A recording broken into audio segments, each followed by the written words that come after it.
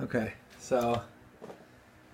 Okay, so the most traumatic thing when I was little was when the day I told my mother I didn't want her to be my mother anymore.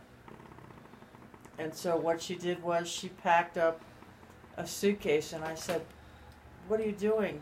She said, "I'm leaving. If you don't want me to be your mommy, I won't. I'll just go and find someone else to be a mommy too." And I said, "No, no, no. I didn't know. I didn't mean it. I didn't mean that." And she said, "Well, you shouldn't have said it." And she actually took the suitcase and walked out the door. And she walked down the road. And at the end of our road was a bus stop that took us to Newark. And it kept going into New York. You know, you could get to New York by walking down to this bus stop. So I was hysterical. I was like, "Daddy, Daddy, tell Mommy to come back. Tell Mommy to come back." And I remember being on the bunk bed. I slept on the top, and my brother was on the bottom. And I got up on my bed, the top bunk, and I was like bucking like a bronco, like screaming and screaming, "Mommy, come back! Mommy, come back!" And she came back in the morning. I saw her.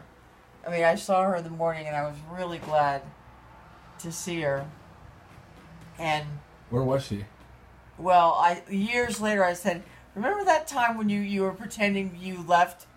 Where did you go?" She said, "Well, I walked down to our neighbors, the Johnson's house," and I said, "Vi, can I have a cup of coffee?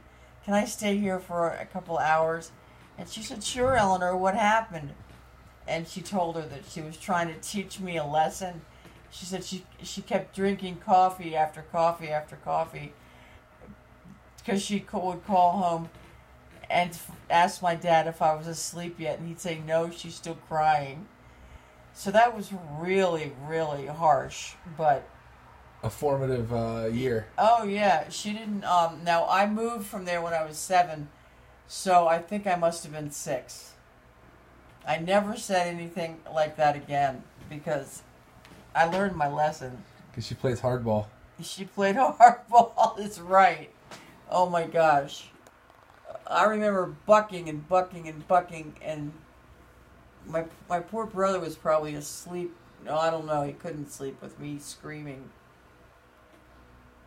My mother, I'll never forget, she took her stockings.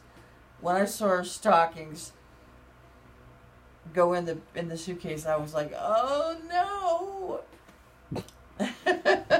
She got you good. She did. The method acting of going through the motion of packing the entire suitcase too is really just sells the bit. Yeah. She nailed it. I'm not that creative of a parent, I don't think. You wouldn't be that would be really harsh for...